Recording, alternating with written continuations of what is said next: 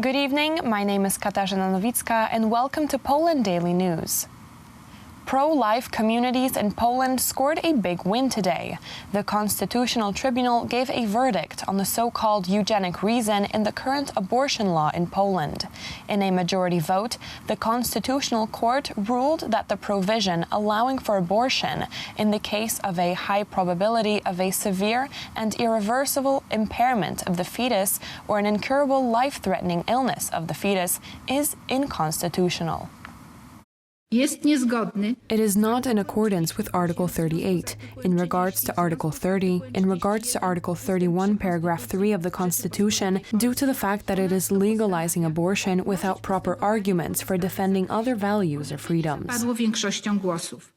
While the court was deciding on the accordance of the so-called eugenic abortion with the Constitution, protests took place in front of the Constitutional Tribunal. The pro-life and pro-abortion supporters argued in front of the building of the court. The motion to check the accordance of the law with the Constitution was filed by 119 MPs of the ruling Law and Justice Party, the Polish Coalition and the Confederation Party. This is already the second motion in this case. The first was filed 3 years ago, but was discontinued after the Parliament's term of office had ended. We are not just a majority in the Parliament. The parliamentary process is very complicated. The Constitution guarantees the right to live for everyone, independently of political affiliations or views of various kinds. The opponents of the current regulations do not agree with the law allowing for the abortion of pregnancy if there are medical signs that the fetus may be untreatably handicapped or expected to die upon birth. These slogans are absurd. The right to kill is to be a human right, maybe for a criminal. According to the data of the Ministry of Health, 1,110 abortions were performed in Polish hospitals. These operations were performed after prenatal tests pointed to a high risk of difficult and untreatable disease of the fetus or a disorder which would threaten its life. In the afternoon, the Polish Sejm adopted a new bill regulating the fight against the COVID-19 epidemic. 423 MPs were in favor of the bill, 11 were against, and 9 abstained from voting. The bill introduces, among others, a 200% salary increase for doctors and medical personnel, as well as the obligation to wear face masks in public, as well as in closed spaces. On the basis of the new regulations, salesmen may also refuse to serve people who don't wear face masks. What is more, the bill relieves doctors fighting the coronavirus from responsibility for inadvertent medical negligence. The bill is to be voted by on the Polish Senate on Monday. 443 MPs took part in the voting. 423 MPs were in favor of the bill, 11 were against, and 9 abstained from voting. The Polish Sejm has adopted a new bill on the introduction of changes needed to take action to counter the crisis situation caused by the COVID-19 pandemic. Jeden z waszych ministrów nawet powiedział, że siłownie będą zamykane. One of your ministers said that the gyms are closed because the ceilings are too low. I don't know if you've heard this, but the purpose of the spaces left between machines at gyms is so that people don't touch each other. You are sitting here on these chairs closer than people working at the gyms. My question is very specific and it concerns the red zones. Is there a pilot flying with you? Czy leci z wami pilot? Yesterday, the Prime Minister announced the creation of an enigmatic body for the protection of our seniors. Today, seniors are dying of fear in their houses.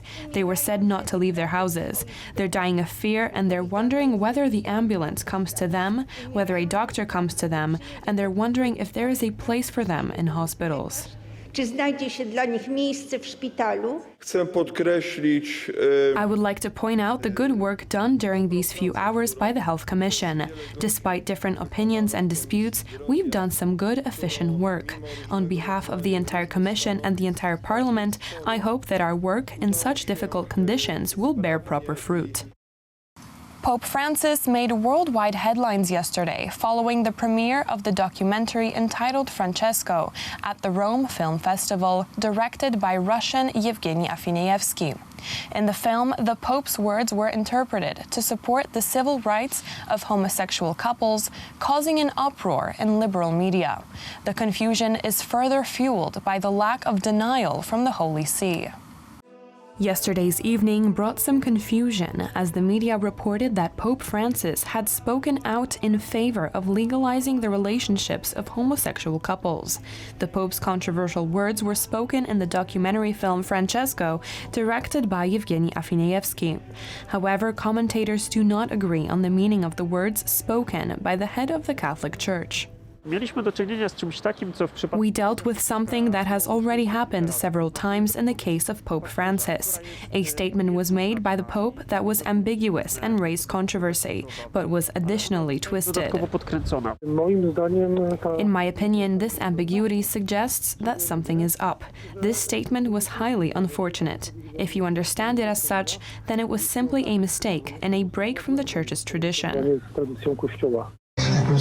Homosexuals have the right to family. They are children of God. They have the right to family. No one can be thrown out of family or their lives be made worse because of it. What we must create is the right to live together. They have the right to be legally protected.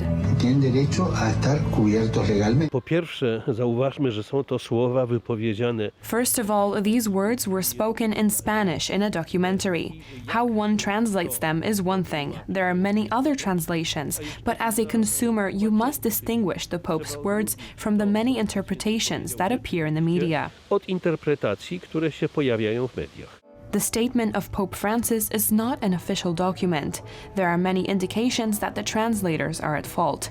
The Pope's words were translated incorrectly. The Spanish expression of partnership was translated as living together. The Holy See has not yet commented on the words of the Pope. Spain's centre-right opposition today rejected a proposal from the National Conservative Vox party for a joint vote of no confidence against the Socialist Communist Coalition government, a move which Prime Minister Pedro Sánchez seized on to propose a political deal over judicial reform. The no-confidence motion over the minority far-left government's handling of the coronavirus pandemic was defeated when Vox Party was the only party to back it. The motion was rejected by 298 to 52 votes. The Communist Party leader Pablo Iglesias stated the center-right, represented by Partido Popular and its party leader Pablo Cascado, is dependent on the Vox Party leader Santiago Abascal if it is to be able to form a government in the future. Usted depende del señor Abascal. You are dependent on Mr. Abascal. Europe knows that the majority of regional governments, like the Madrid regional government and many others, depend on the far right, but Europe doesn't like that. Europe knows that your opportunities to reach the government ministers would depend on Mr. Abascal and the far right, but Europe doesn't like that. Que todas las posibilidades que usted tendría. The decision of the main opposition party, the People's Party, to vote against it rather than abstain was seen as a gesture by PP leader Pablo Cascado to distance his party from Vox and present himself as a more moderate figure. While doing so, he also attacked the Vox leader.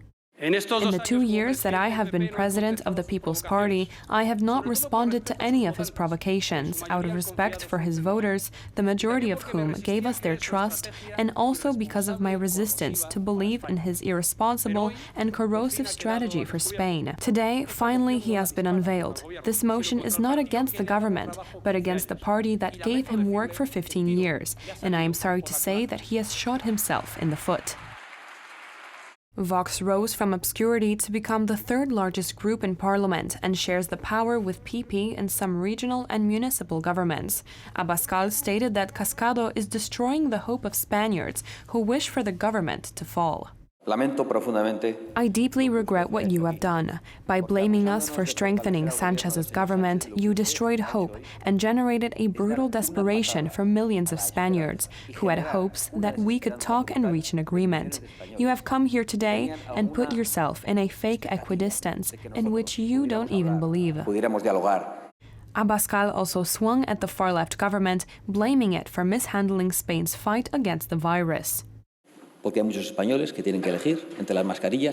Spaniards have to choose between face masks or milk because you, Mr. Sanchez, did not want to finance face masks. And now what do you suggest for us? A curfew and the imprisonment of millions of people that will ruin Spaniards even more. And let me conclude with this. Tell me one other government with a stricter confinement, with a higher death toll per capita, with a worse economic recession. Tell us a single one, Mr. Sanchez. Proceso económico. Díganos uno solo, señor Sánchez. This week, Spain became the first nation in Western Europe to pass 1 million total infections. That's all for tonight. Now on to Poland Daily Business with Aleksander Wierzejski and his guest. Good night.